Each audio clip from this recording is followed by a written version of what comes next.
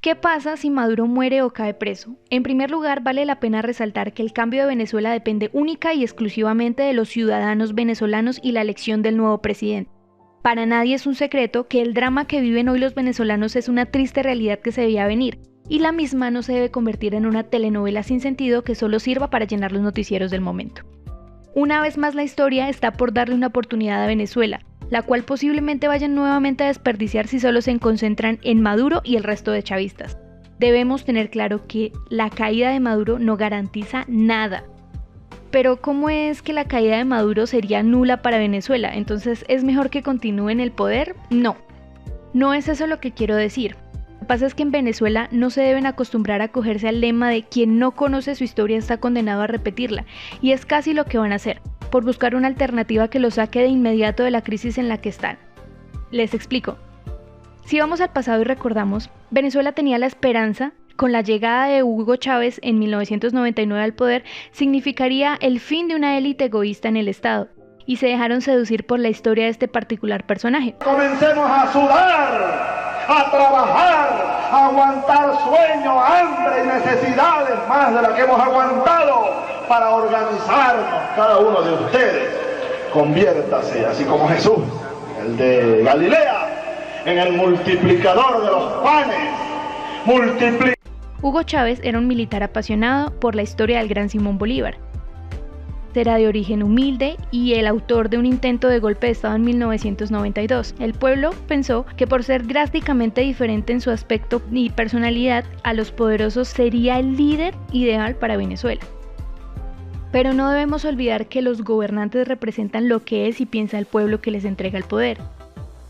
Y en el caso de Venezuela, la culpa es la conciencia del pueblo venezolano, tanto a los que conforman la élite egoísta como al pueblo humilde que se dejó llevar por la pereza alcahueta del chavismo y el petróleo.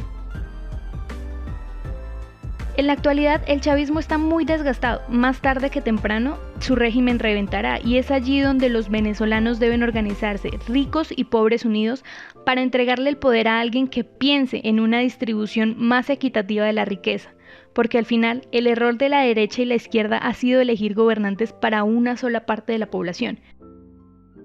Entonces, si los manifestantes de la oposición creen que cuando Maduro y sus secuaces mueran o vayan a la cárcel todo se arreglará automáticamente, están muy equivocados. La caída del régimen es solo la primera parte para que Venezuela sea libre y comience a tener una economía más estable. Por otro lado, pese a la injusticia que viven todos los presos políticos en Venezuela como Leopoldo López, no hace que estas personas se conviertan en el próximo líder ideal para el país. Como les decía antes y lo reitero, como ejemplo, Hugo Chávez estuvo preso entre 1992 y 1994. Quedó como un mártir y pues ya todos conocemos el resto de la historia de Venezuela. Es por esto que el pueblo venezolano debe ser cuidadoso en vigilar a quienes o a quién le toca el turno en el poder cuando el chavismo caiga. Venezuela necesita elegir un líder que sin rencores logre unirlos y motivarlos a trabajar arduamente los años que sean necesarios para recuperarse de la crisis en la que ahora están. Deben tomar conciencia que con el precio del petróleo ya no son ricos y que al igual que en Colombia, la única manera de salir de la pobreza es trabajando.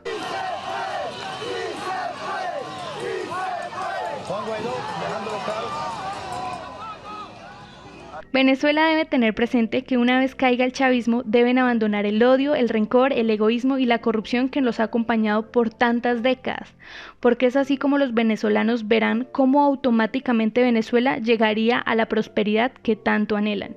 Entonces, a la pregunta de qué pasa si matan a Maduro junto a sus secuaces o si los envías presos, la respuesta es no pasa nada. Este solo es el primer paso para comenzar a restaurar el país. Pero si no eligen a conciencia, probablemente nada en lo absoluto cambie.